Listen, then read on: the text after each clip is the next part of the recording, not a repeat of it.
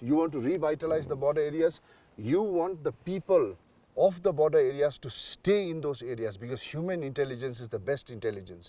In which panchayat has to be activated and the gangburas, they have to also be activated, and all the departments they will work in synchronization, wherein the army as well as the ITBP, they will also play a major role. Let's now talk about the one big controversy that your government saw, the APPSC scandal, which really blew up to a great extent. So the matter has been already been recommended to the CBI. It has been taken over by the CBI, and also to further deepen the investigation of money trail in everything, we have already requested the Enforcement Directorate ED to take over the matter of money trail also as well. No matter उसमें जिसका भी नाम आएगा, they will be put under bars. Yeah, that's for sure. Right. Do you think the scale of corruption that we see today, that the common man sees today and is fed up, will come down? How many years will it take? The quantum of corruption has really gone down, and definitely so with the introduction of technology into the system, like I have mentioned, lot many innovative, we have taken it up as e-governance, like e-filing system and everything. So slowly, the pace will again go down.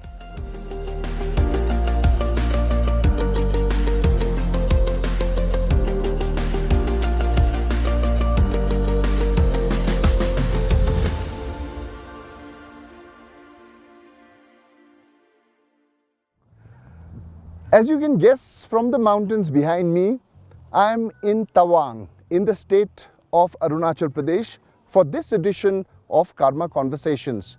This strategic state has been receiving immense attention from the center, and with that comes a newfound energy. Infrastructure, airports are being built across. There's energy in the state, and the man behind it likes to be in the thick of action. Chief Minister Pema Khandu inaugurates the Shar Nima Namyig Gompa at Gyankhar village. In doing so, he returned home after 5 months, and for some, this may be a contentious case of a missing MLA, but not here. The locals understand that their MLA, who's the second longest serving CM of the state, is a man on the move. He has gained national acclaim by connecting unconnected regions of the state to the mainstream. Unlike others who take a back seat and smile only for the posters, Khandu is known as a person who leads from the front. His tenure has seen some controversies too, and with the state heading to elections next year, his rivals believe time is ripe for them to mount a challenge. But what does Khandu think about it? And what lies ahead for his chief ministership and India's frontier state? So it takes me great pleasure, and the location is also special. We are in a grassland above Tawang. Altitude must be somewhere around 10,000 feet and more. And here with me now is the Chief Minister of Arunachal, Mr. Pema Khandu. Thank you so much for joining us. Tashidile and welcome to Tawang. Thank you. Just a word of caution to our viewers. It's a bit windy, so the sound might rustle a bit. I'd like to apologize to you right in the beginning of this interview. Just like this interview is taking place in a very interesting place above Tawang, I would just like to look back at your tenure. It's seen ups, downs, but one thing that has remained is that you've been positive and you've been at it with one word that you want to see change in your state. How do you see your tenure? Basically, it has been now almost 7 years as I took over as the Chief Minister of this beautiful state. And rightly you have pointed out there has been many ups and downs also in the past 7 years. So to begin with, Arunachal Pradesh, as I usually mention in every platform, that it is the northeast of the northeast, and topographically it is one of the most challenging states, not only in northeast but the entire country. But over last 7 to 8 years, Honorable Prime Minister Narendra Modi Sahab has been quite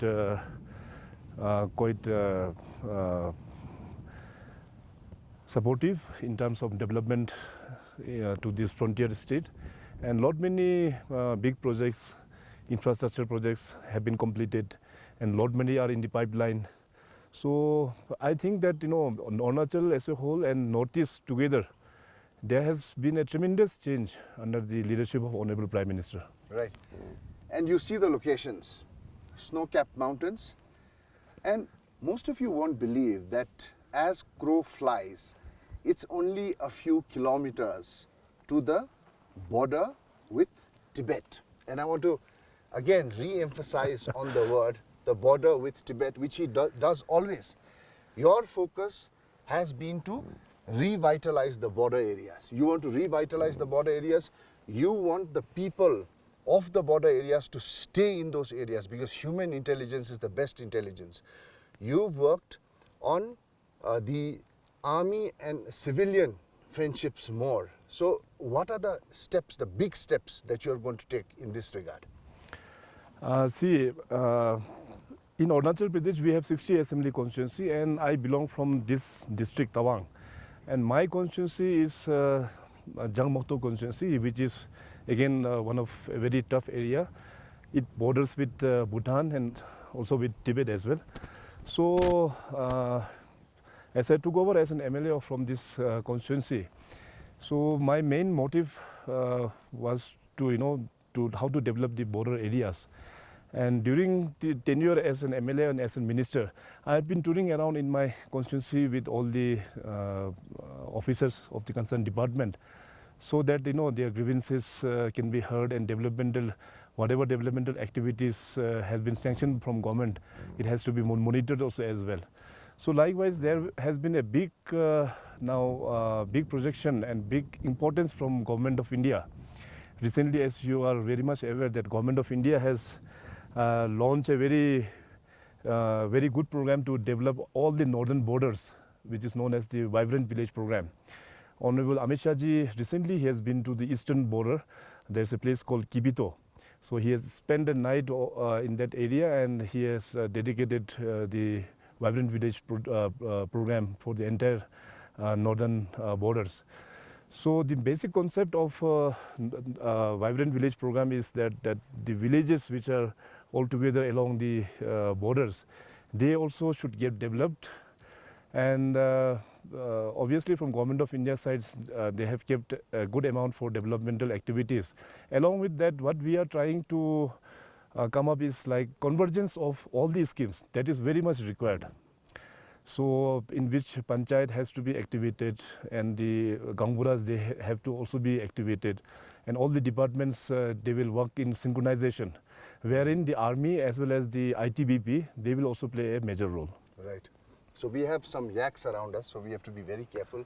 In fact, one on the right, if you can take a shot, has already started grunting, maybe happy with our presence. Your family has always been a family of builders. And I was just hearing a story about how your ancestors had once saved a wall of the Tawang monastery, which was damaged due to the earthquake. You have been a builder by heart yourself. And throughout your tenure, we have seen that you want to build. You want to build roads. Recently we went to Tali, connected the last constituency which was not connected by road. So will your focus on connectivity, roads, air, the new airport at Holongi, will this remain? What are the challenges here? Like I mentioned, Arunachal is one of the most difficult state in the entire country. But lot many infrastructures, as I told before, has come up all the way. In terms of communication, plays a very vital role in terms of development. Until and unless you don't have communication, no matter how beautiful is your place, no matter how resourceful you are, but we can't, until and unless we develop the communication sector, we can't convert the resource into our revenue. So Prime Minister Modi Sahab has been very supportive in terms of connectivity. If I mention about roads, railways, airways, and the digital way also as well. So in all this four connectivity sector, PM Sahab has really helped a lot to Arunachal Pradesh. our very old project, the Trans-Arunachal Highway, which is running from Western Arunachal to Eastern Arunachal, is almost in the verge of completion. And last year, Government of India has in principle approved a very big project of around 2,500 kilometers of highway projects. That will be known as the Frontier Highway, which will be going along the borders, and also the interconnectivity between the districts. So in total, from this year itself, the project of 2,500 kilometers of highway will be starting in Arunachal Pradesh. And likewise, since Arunachal is very stressed, it's very wide, Yes. from Bhutan border till the Myanmar border. So in order to develop air connectivity, in last couple of years, we have completed around 6 advanced landing ground, and we have already started air service under UDAN, the pilot projects of Government of India. Teju and Pasighat is already connected, and as you have mentioned, the Greenfield Airport at Holongi is in Itanagar. That has been inaugurated by Honorable PM Saab and is very much operational now. Likewise, further also we have plans to develop more such kinds of, you can say, advanced landing ground or airport in days to come. Right. The other initiative that you've taken, and you're very proud of, you speak of it a lot of times, is the paperless government. You want a paperless government. Everything is seamless on the internet. But in a state like Arunachal, where internet connectivity is a problem, to what extent has it been a success? To start with, last year itself, I have declared that last year it will be the year of e-governance, in which lot many initiatives has been taken up by the government. So in last couple of years, what we have done is that we have merged the old way of filing system into the e-office. E-office is 100% migrated in the secretariat, in all the directorates, in almost all the district headquarters now. So in order, as you have rightly mentioned, that connectivity, since Arunachal is very scattered, and to provide connectivity, digital connectivity is a tough job for the government. Here also, Government of India has sanctioned more than thousands of towers, 4G towers. 2 agencies are working, Airtel and BSNL. So I am hopeful that by December 2023, all these towers should be operational. All right. Let's now talk about, the one big controversy that your government saw, the APPSC scandal, which really blew up to a great extent. And to our mind always comes that how come politicians never get convicted, never get caught in these scams? What is your view in that overall? Yeah, it was very unfortunate that this public service, this menace has come over. Since I took over as Chief Minister, I have done many reforms in this sector, recruitment sector also as well. As you are aware that, for Group C and D posts, I have already constituted the Arunachal Pradesh Staff Selection Board. Earlier, there was no system of recruitment for Group C onwards, or Group C and below. So coming up of this Staff Selection Board, there has been a very fair and transparent way of recruitment that gives justice to the poor people who really deserve the job through merit. And I'm very strict in dealing with corruption matters. You can trace back from 2016 onwards how my SIC team has dealing with corruption and all. But it was very unfortunate that last year in 2022, the end part of 22, this public service fiasco that erupted. And then and there only, I was very serious, and whatever happened, it happened very bad for the state. So the matter has already been recommended to the CBI. It has been taken over by the CBI. And also to further deepen the investigation of money trail in everything, we have already requested the Enforcement Directorate, ED, to take over the matter of money trail also as well. So ED is also parallelly working on the matter. So since CBI is one of the elite, the most elite investigating agency of our country, so we need to have trust on the CBI. No matter उसमें जिसका भी नाम आएगा, they will be put under bars. Yeah, that's for sure. Right. As a young and a visionary leader, and corruption is not there, not just confined to Arunachal. Corruption is there across Northeast, across India. By when do you think the scale of corruption that we see today, that the common man sees today and is fed up, will come down? How many years will it take? See, no, you have pointed out rightly, corruption is already there in the system. But the thing is that after the Bharatiya Janata Party came into power, if you talk about from Delhi onwards, 2014 onwards, if you see the quantum of corruption, it has really gone down. And in my state also, after the BJP party came into power, the quantum of corruption has really gone down. And definitely so with the introduction of technology into the system, like I have mentioned, lot many innovative, we have taken it up as e-governance, like e-filing system and everything. So slowly, the pace will again go down. Okay. Let's talk about palm oil now. You are enthusiastic about palm oil, but it has seen disastrous effect in some of the countries, especially in Southeast Asia. Mizoram also now seems less enthusiastic about palm oil. You are, of course, you are interested in palm oil because that gives an additional income.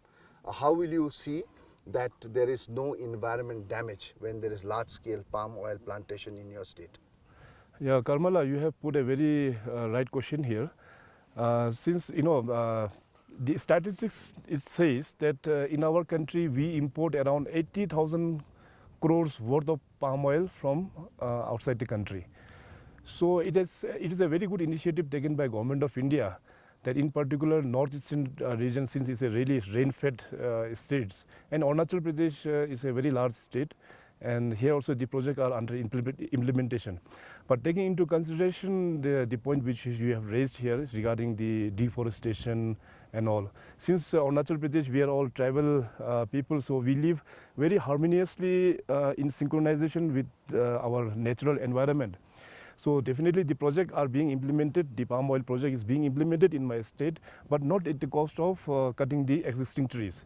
There are thousands of hectares barren land in Arunachal Pradesh. So in that area only we are taking up this palm oil plantation, not into the existing forest areas. But so how that do you ensure that that land is barren? Will there be a monitoring authority? Yeah, they are already, before approving the project, we have to take the satellite image and everything, so that there is no destruction of forest. So we are very much careful regarding this matter. Right. The other issue is of climate change. We see the beauty all around us. It's late April and there is still snow in Tawang. Scientists would directly interpret it to climate change. Are you addressing climate change issues? Hydro, you are proactive about hydro. You need hydro because that's a green source of energy. Will that have an impact, more impact on climate change? See, due to global warming, we have seen a lot of uncertainty in climate and everything. So Arunachal Pradesh, we have around 40% of forest coverage area. And we have also water resource, we have plenty of water resource where government is very carefully we are planning that we should also have hydropower projects in Arunachal Pradesh, but without much destruction to our natural environment. And also hydropower is also considered as one of the most green energies. So in days to come, and power projects are also being implemented in our state through proper consultation with public. When public are convinced, then only we go ahead with this project. So generally, to create an awareness among the masses and also to initiate from government side also, we have been working on this Pake declaration. 2 years back, we have had a full cabinet in the Pake region, and we have adopted 5 major pillars in which we have divided into 75 subgroups. So accordingly, our budget is also planned according to the Pake declaration. So this kind of initiatives are being taken by government of Arunachal. Right. One last question. Nagaland is almost a opposition-less government. Do you think Arunachal will also go that way? And if there is an opposition-less government, would it help, or you want opposition? It's up to the public. They have seen the work of the Bharatiya Janata Party in Arunachal Pradesh. So in a democracy, public are the most powerful one. They will, whatever they decide, I have to accept that. One last question on your fitness. I'm sure this message is to go out to the youth of Arunachal and also to me because I've been putting on a lot of weight. What is your message on fitness? And you've also been a big advocate. Everywhere you go, you speak about young children and drug abuse, and how you want the young to stay away. So on these two, what do you have to tell the youth of Arunachal Pradesh and the rest of Northeast India? See, a very good initiative has been started from the government of India, like Hum Fit to India Fit. So with this project, I think lot many people who has never done exercise in his life, they have also started doing exercise. That's a very good message also. So firstly, you know, health is everything. We should have our proper health. Your mental health is very important. So to begin with, one should exercise. I travel a lot in my state. Most of the time you can find me in remote areas or in border areas, having some small functions and all. So there also I spend my night over in those areas. So in morning I wake up early. In there also I go for walk or jogging, whatever, you know. So you have to manage your time. Life is busy, I know, but you have to manage your time so that when your health is good, you can perform better, and you know you will be very optimist also. Yeah. Right. On that note, time to say thank you. Thank you so much for speaking to us. It's been a pleasure. Yeah.